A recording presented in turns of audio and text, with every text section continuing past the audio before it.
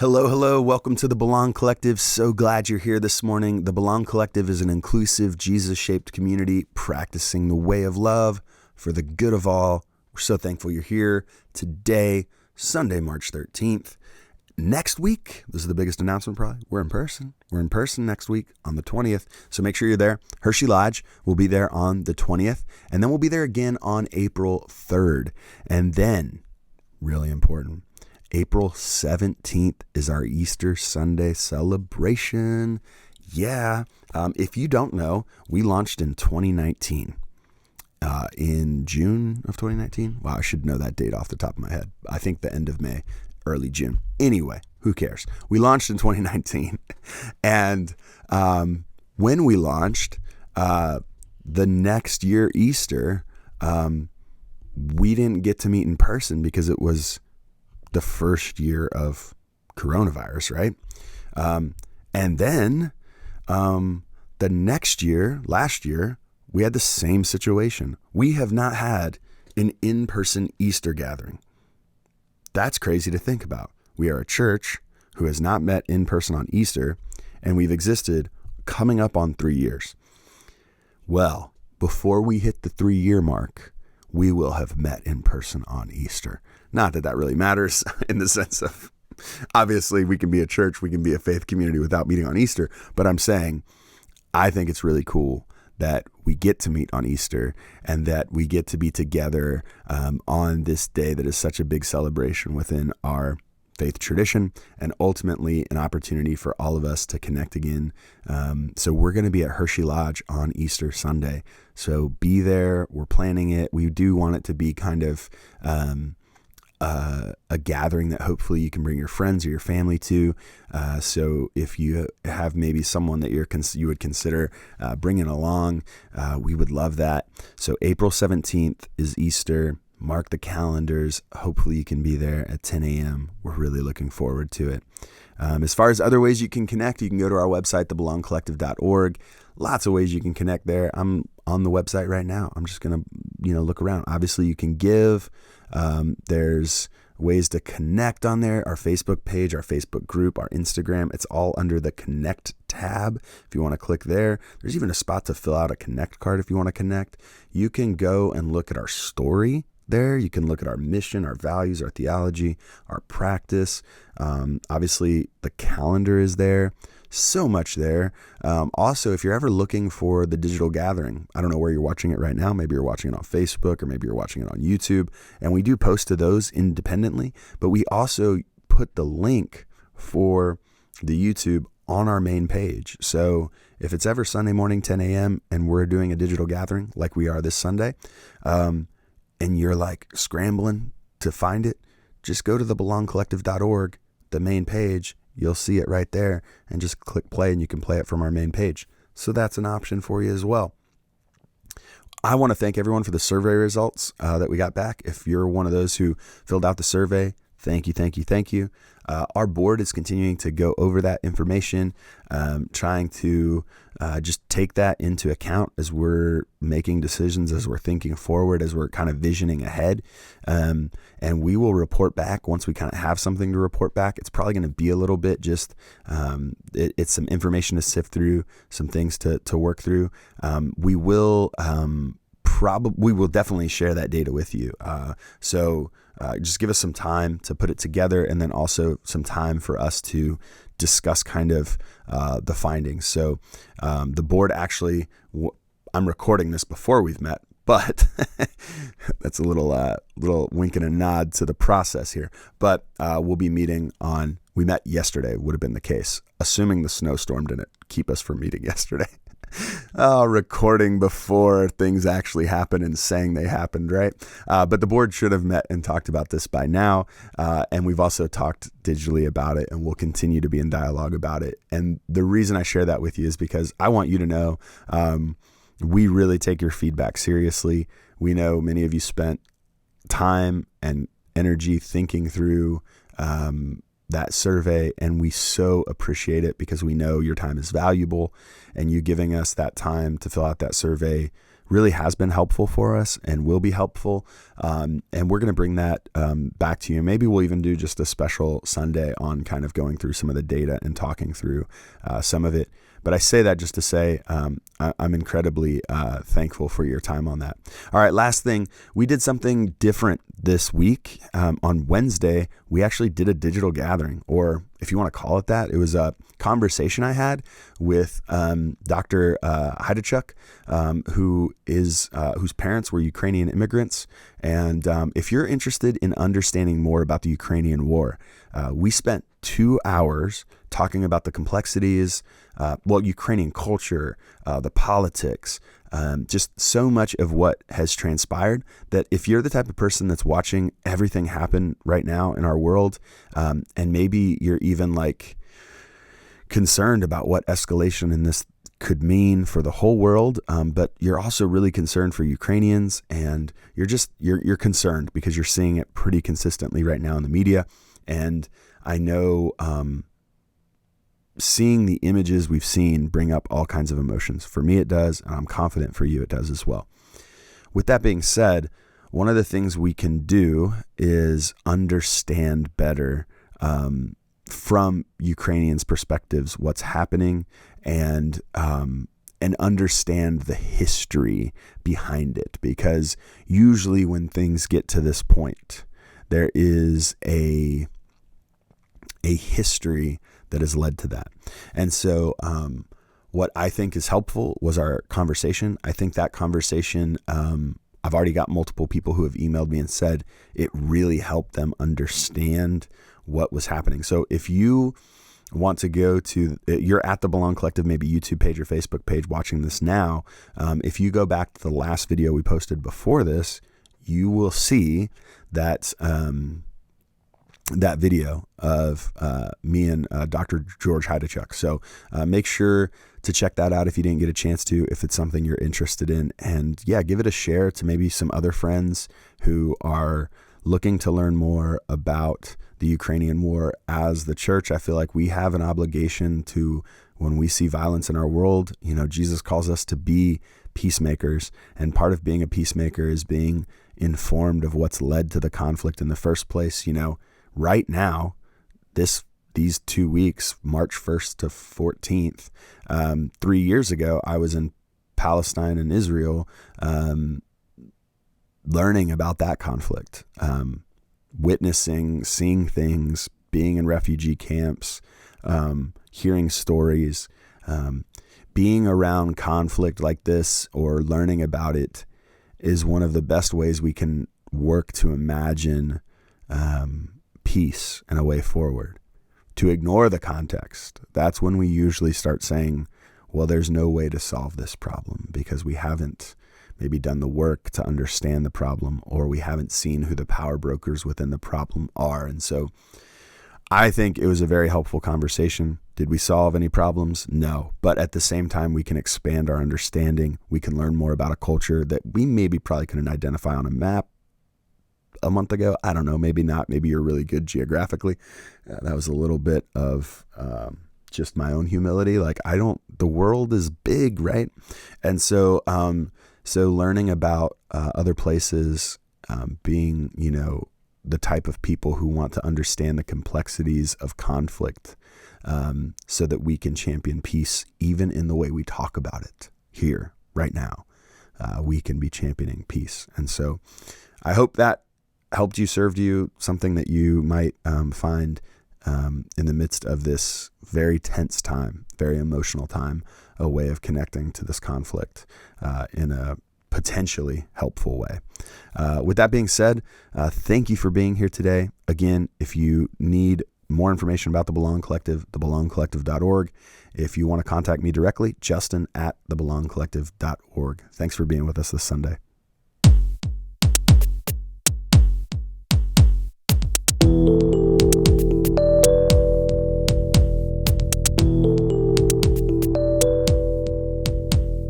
So we're in this series titled Jesus Centered. And what we're really looking at is how our faith is not centered on the Bible. It's not centered on the church. It's centered on Jesus, and what that means and what type of people that should be turning us into. Like the type of people we become when we are centered on the church looks one way. The type of people we become when we're simply centered on the Bible can be one way, especially by the way, when I say Bible, like the whole book, we're reading it as a flat book. We've talked about this before. Or when we're centered on Jesus and we're truly desiring to embody the principles of Jesus in our daily life. It's a challenge. It's something we will probably get wrong as much as we get right, but it is something we're striving toward, right? And so this Jesus-centered series is a series for us to check ourselves in a lot of ways. How well am I doing at centering my life around the teachings and principles of Jesus? For us to remind ourselves that this is the way the early church understood faith, and also to consider the transformative power it has for especially this moment in at least Western Christianity. Because in Western Christianity, I think we've become very non-Jesus centered. Let's put it that way. At least the basic principles of Jesus seem to oftentimes be ignored or explained away, or just like completely like the opposite being done, but in the name of God or in the name of, religion. And so for today, I want to talk a little bit. Last week we talked about the sheep and the goats, and we talked about this action-oriented faith that ultimately when Jesus sees and creates this image of Judgment Day, because you're not the first person in human history to have this idea of a Judgment Day. But when he creates that for his audience who had their own image of Judgment Day, he says, hey, did you see me in the person who was homeless? Did you see me in the person who needed food? Did you see me in the prisoner who, was lonely and needed someone to visit them? It was very much this embodying of compassion, that is what our faith should be compelling us toward. So that was last week. This week I want to talk about how we hold our faith humbly, because this can go one of two ways, and I've seen it. And let me say this, I haven't just seen it, I've done it.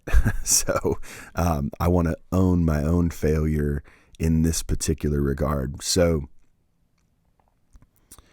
when you go to Bible school and you learn all the things and you have all the thick books and you debate with your friends and professors all the ideas about God, and you read very, very, very high and lofty books with ideas and things that are, you can begin to get an idea in your head that you have figured out God. As absolutely prideful and arrogant as that idea even might come across to you, there's definitely been times in my life where I've felt like I've figured out God, if you will, right? At least on a particular thing or over, but I've learned over time that God is very much a mystery, and much of the things that I learned as I continued to evolve, I had to say, oh, that's not consistent with this over here, but that's not. And I guess what I'm saying is we can sometimes become very arrogant in what we think we know, and we can puff our chests out with all the knowledge that we've been given, attained, come to. And this isn't anti-intellectual. I think it's actually really important to learn and have knowledge, but I think keeping it in its right place is really important. And so sometimes we get really arrogant because we know theology better than everyone else. Theology just being the study of God. That's what theology means. And so since we know it better than everybody else, we must be more faithful to God. Well, newsflash, Jesus doesn't celebrate anyone for their right beliefs. And so, or the rightness of their beliefs, like they are righter than everyone else. So that should give us deep pause to come away with any arrogance, or with any feeling of superiority. And if you're honest with yourself, you've felt this way about things. Think of it as like I'm literally making this up on the fly. Think of it as you are a big Marvel superhero fan, right? And so you know all the knowledge about Marvel, but then you're in the presence of someone who thinks they know a lot about Marvel, but they don't know as much as you know about Marvel. There's a part of you that is pulled toward this arrogance and pride. It's in all of us, right? This feeling of desiring to, show our superiority, show that we are experts on something. And again, you probably are an expert on Marvel, and that's awesome. And you could probably teach me a lot because I'm not. But the question becomes, what's that doing internally? Are you beginning to think you are better than me because of that? Or are you seeing yourself as, hey, I'd love to get you this knowledge, this understanding, because I think it'd make you even enjoy the Marvel universe more. This is two very different things, right? So I say that to say that the parable we're going to be looking at today has this character who is full of pride and arrogance. And on the other side, I want to say this. I think related to last week, I've seen people who do really good and compassionate things for others and then hold that with a level of pride and arrogance. And what I mean by that is they're like, I'm serving people and other people aren't, and I'm better than them. Now, they wouldn't say that, but you can tell that's what's happening within them and within their spirit and the way in which they're holding that. And so I share both of these examples to say, let's not hear this story and think we are one character in this story. There's a hero character in this story, or at least a character that is humble. We should be able to find ourselves in both these characters that we're about to examine, and we should consider what it means when we can think of the situations where we found ourselves in the life of one of those characters and when we found ourselves in the life of the other character. And maybe you find yourself in one character or the other more frequently, but we've probably all, actually, I'm going to just say it, we've all been in both these characters' shoes. And so what does that mean for us as we consider humility and pride and arrogance? Jesus seems to be really concerned about this, and especially if it's related to our faith. And I would even say, and this is certainly contextualized for the 21st century, there seems to be even power dynamics at play here that Jesus is very interested in. And we'll just go ahead and read the parable. So just for context, we are in Luke 18, verse 9. And if you want to read along, I'm actually reading the New Living Translation. So if that's what you would like to read along, and that's fine. If you have your own translation, that's fine too. But here we go. Verse number 9. Then Jesus told this story to some who had great confidence in their own righteousness and scorned everyone else. Okay, so we're going to stop there. Verse 9 gives us a lot. So whenever you're reading a parable, you want to know the audience, right? Because Jesus is giving these parables to particular people in a particular time, in a particular culture, in a particular place. And that all informs what's being said. Because Jesus, like any good communicator, is talking to his audience. He's not talking to you and me in the 21st century. It relates to you and me in the 21st century, but he's not talking to us. So understanding the audience is one of the first things you need to do when you read the Bible. And sometimes we get this wrong and we just one for one transfer it. Well, what we know right out the gate is that Jesus is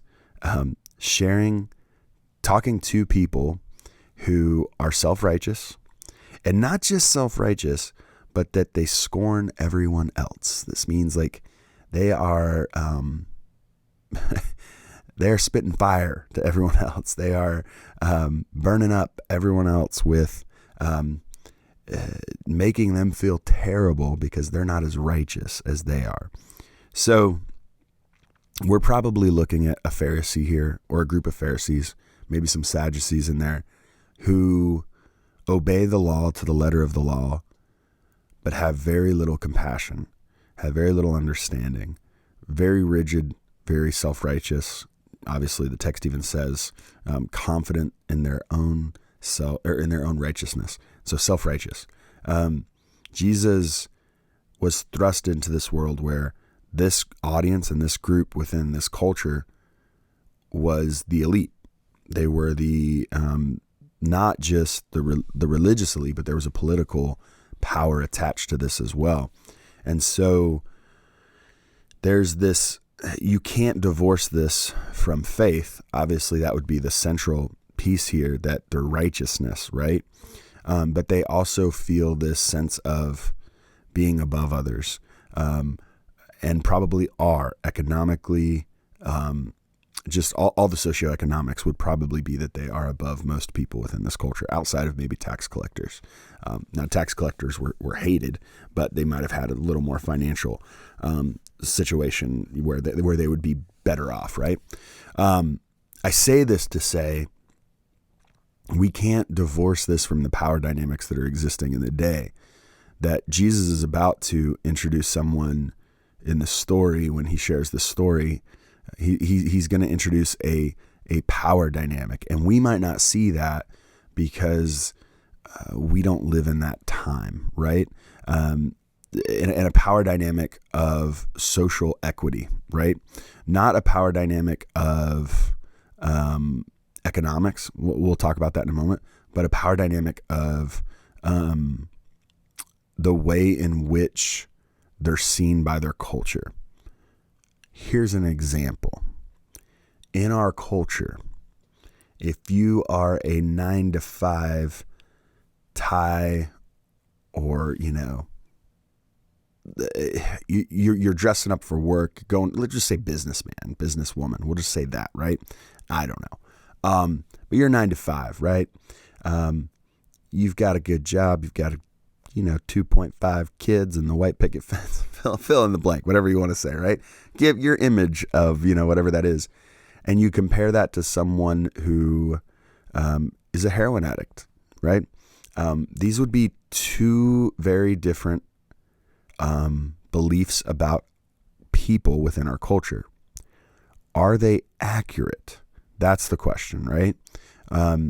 Most people you talk to would have a particular way of seeing one of those people, and a particular way of seeing another one of those people, informed by a lot of different things within culture, right? And we're growing now in compassion toward the reality of the addiction of all drugs, but especially heroin. We're understanding that this is more complex than a simple, this person, is wasting their life, or this person's making poor decisions. That there's literally, the pharmaceutical industry is part of this conversation. I guess what I'm trying to say is there's so much complexity that led to this person being almost this like social pariah, right? Jesus is about to introduce two characters, and one character is going to be the best of the best within culture, and the other character is going to be the social pariah. And everyone, upon hearing this story, every parable kind of has a hero, and everyone's going to assume they know who the hero is. And Jesus is about to flip the script. He flips the script on you and me, though, and I want us to remember this. Like, it's easy to hear these parables and get this sense of, yeah, you tell him, Jesus. You tell him. To feel this feeling of, I know who's arrogant, and I'm the other one. But I really want us to find ourselves in both these characters today. So that's your job today, is to find yourself in both of these characters. All right, enough talk. Enough setup. I think you get the idea, you get the audience, you get the group, you get the kind of cultural context. Let's go into it. Here it is. In verse 10, this is the parable. 2 men went to the temple to pray. So we got 2 men going to the temple to pray. One was a Pharisee, and the other was a despised tax collector. The Pharisee, and by the way, he's speaking to Pharisees, remember? So this is something they would do regularly. This is something they're familiar with. The Pharisee stood by himself and prayed this prayer. I thank you, God, that I am not like other people, cheaters, sinners, adulterers, I'm certainly not like that tax collector. I fast twice a week and I give you 1/10 of my income. But the tax collector stood at a distance and dared not even lift his eyes to heaven as he prayed. Instead, he beat his chest in sorrow, saying, "O God, be merciful to me, for I am a sinner." Now, a few things. The idea that a tax collector would go to the temple and pray, we don't really know that that's happening at this time. I don't know that the tax collector would be allowed in. So even this parable in its own way is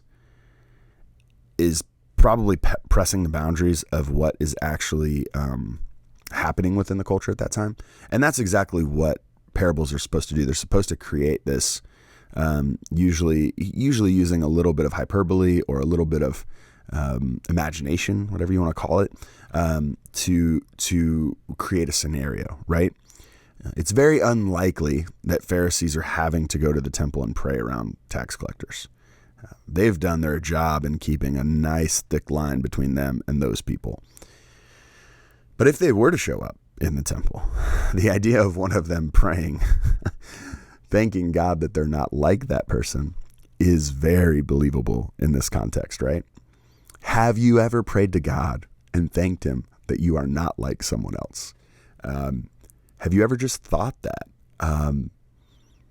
Have you, and it's kind of this like, way of putting someone down while lifting yourself up to say something like that, to say, thank you that I'm not like them, right? It's very passive aggressive. Well, it's just aggressive. I don't know. It's just, even the way Jesus frames it is so blunt and to the point that you're like, there's no way someone's that arrogant as they're praying to the God of the universe, right? That's kind of what you think. And then inverse that with the humility and the pain and suffering of the tax collector, who's acknowledging that he's cheated people. He's stolen from people. He's radically transformed people's lives for the worse. When a tax collector steals from somebody, because that's what they're doing, they put that family or that person at risk of not being able to provide basic needs. There must be so much guilt and shame and brokenness built up in this person's job and role. And at some point, this tax collector has become aware, has awoken to the pain and suffering that he's caused. And so he comes to God with that, beating his chest, unable to even look up, saying that, praying that God would be merciful on him, expressing that he has sinned. This is a beautiful picture of repentance. Like this image of like coming to God with our brokenness, acknowledging our brokenness, just laying it all out. And we do both, right? And this is where I just want to be real. Like, I can probably think, I don't know that I can think about prayers I've prayed like this Pharisee prayed, but I can definitely think about thoughts I've thought that are pretty similar in line with this Pharisee, right? I can also think about times where I've become aware, deeply aware of how I have contributed to the harm of others, to the just the hurt I've caused someone, right? And how not only do I have to reconcile with that person, but I also have to bring that to God. And so these are the two different kind of diverging paths in the parable that Jesus gives, these two different prayers. Parables are like this. They're usually two things laid down next to each other. Again, remember his audience, Pharisees, right? They're hearing this. how are they receiving this?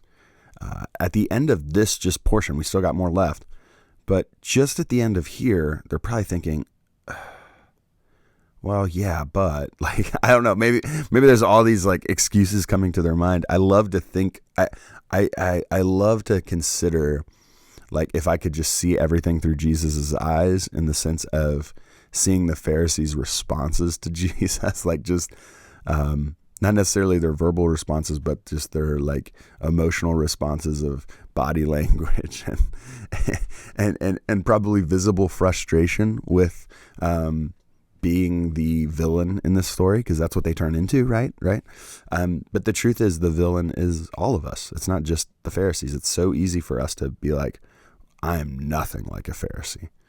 But at the same time, we probably can learn from this story some things. We probably can learn to be careful to pray curses on other people, or at least to, in our prayers, consider ourselves better than someone else. Or in our thinking about God, let our self-righteousness continue to grow, instead of reminding ourselves that we are in no way, we have not earned grace because of our righteousness or because of our right beliefs. It is a gift, and it is given to us, and it is given to everyone else freely. And so if we take that posture, we're not keeping score, right? But self-righteous people keep score. So verse 14 says this: after Jesus lays out this whole story of these two people traveling up to pray and praying together in the temple very differently, this is what Jesus says to close one verse. I tell you, this sinner, not the Pharisee, returned home justified before God. Because that's the point, right? They go to the temple to be justified before God. And the Pharisees think they have direct access to be justified before God, but tax collectors don't. And even if a tax collector were to come into the temple, the idea that the tax collector would ever leave justified before God, it's an impossible thing for a Pharisee to imagine. I tell you, this sinner, not the Pharisee, returned home justified before God, made right before God. There was nothing right in what the Pharisee did. What the tax collector did brought him closer to God, connected him to God, reconciled him to God. And is that work finished? Jesus doesn't say that. But the posture and the approach was one that connected him deeper to God. And he closes with this line, this sentence: for those who exalt themselves will be humbled, and those who humble themselves will be exalted. Those who exalt themselves will be humbled. Those who humble themselves will be exalted. Now go back. What I always find very interesting about parables is how, in this particular case, we have Pharisees who are that's the setting, right? The setting is not just Pharisees, right? But, well, it doesn't even tell us that they're Pharisees. It says people that are confident in their own righteousness. Again, we can infer that Jesus is talking to Pharisees here because of the immense amount of interactions with Pharisees and them being described in this manner pretty consistently. But Pharisees, likely, who are confident in their own religion and scorned everyone else. And Jesus closes with the line, for all who exalt themselves will be humbled. In essence, this parable is him humbling them in some ways. And those who humble themselves will be exalted. It reminds people that the economics of the day, and I'm not even just saying economics meaning money, but I'm saying the economy of social and religious purity and righteousness and all of these things aren't really how God sees things. The ways in which the Pharisees describe being connected to God, being righteous, if you will, are not the way God sees things. That ultimately Anyone has access. It just requires humbling yourself. It just requires humbling yourself. And it's an expansive invitation because there's a tax collector as part of it. See, in the story, the Pharisee thinks his faith is alive, but it is dead. And in the story, the tax collector feels this feeling of like, I've created so much problems, death, destruction, pain, sorrow. How could I ever be accepted into this? And these two different paths, one leads to life and one leads to death. And I'm not speaking eternally here. I'm speaking from the standpoint of when we live a life of self-righteousness, when we live a life that removes access from others or places ourselves on a pedestal above others, we are living a life that is not bringing life into the world, but instead bringing death and harm and brokenness. All right, so some of you know that I have a tattoo. You've seen it. I have a full sleeve tattoo. Part of that is biblical. Well, it's all biblical. It's based on the book of James, one of my favorite books of the Bible. From the top to the bottom, they each have connections to passages in the book of James. In the book of James, in chapter 4, verse 6, there's this quote back to Proverbs where James is talking a lot about humility and pride. And he said, God opposes the proud, but gives grace to the humble. And so there's as I was planning out my sleeve and the artwork for it, I had all these ideas for how I was going to connect chapter 1, chapter 2, chapter 3, chapter 4, chapter 5. There's 5 chapters, and how different verses were going to kind of stand out on my arm as I went down. When I heard when I considered how I could get this particular portion on in imagery, right?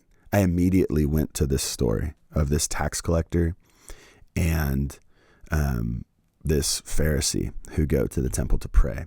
And so some of you have probably seen this, and you've probably even been freaked out by it.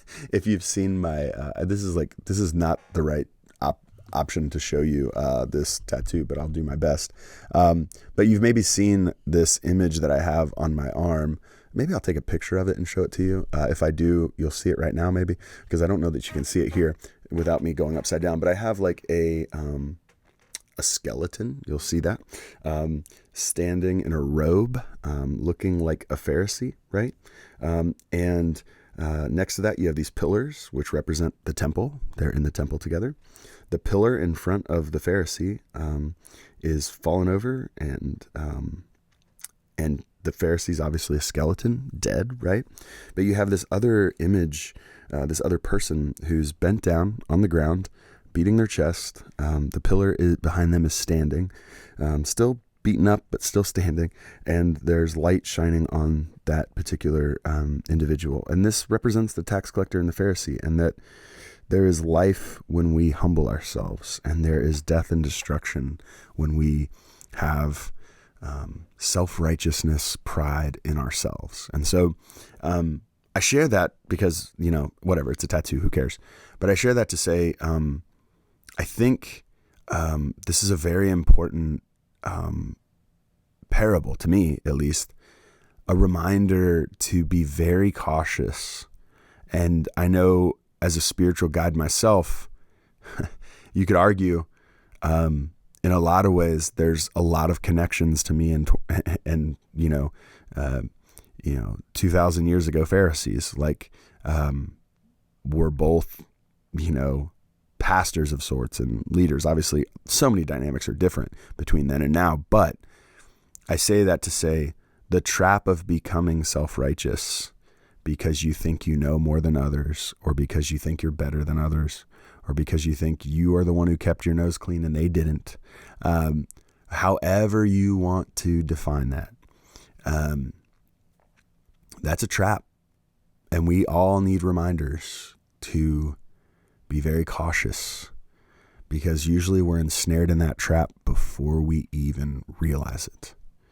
And so, for you today, my prayer is that you would find yourself in this story. Where have you been the Pharisee? In what ways right now are you self-righteous? In what ways do you think you are better than someone else? In what ways have you humbled yourself? In the economy of Jesus, in the Jesus-centered way, humility wins out. Humility is not about us, but it's about God. Self-righteousness, arrogance, and pride is not about God, but it's about us. Are we relying on God, or are we relying on ourselves? This is the question. This is the crossroads. So may you grow in humility. May you identify your pride. And may you hand it all over to Jesus. And if that handing over looks like you in a corner beating your chest, that is so much better than you praying arrogant prayers thinking you're better than someone else. God, give us wisdom as we examine ourselves, as we do the hard work of identifying our own arrogance and pride and growing in humble humility toward those around us and towards you. In the name of Jesus, amen.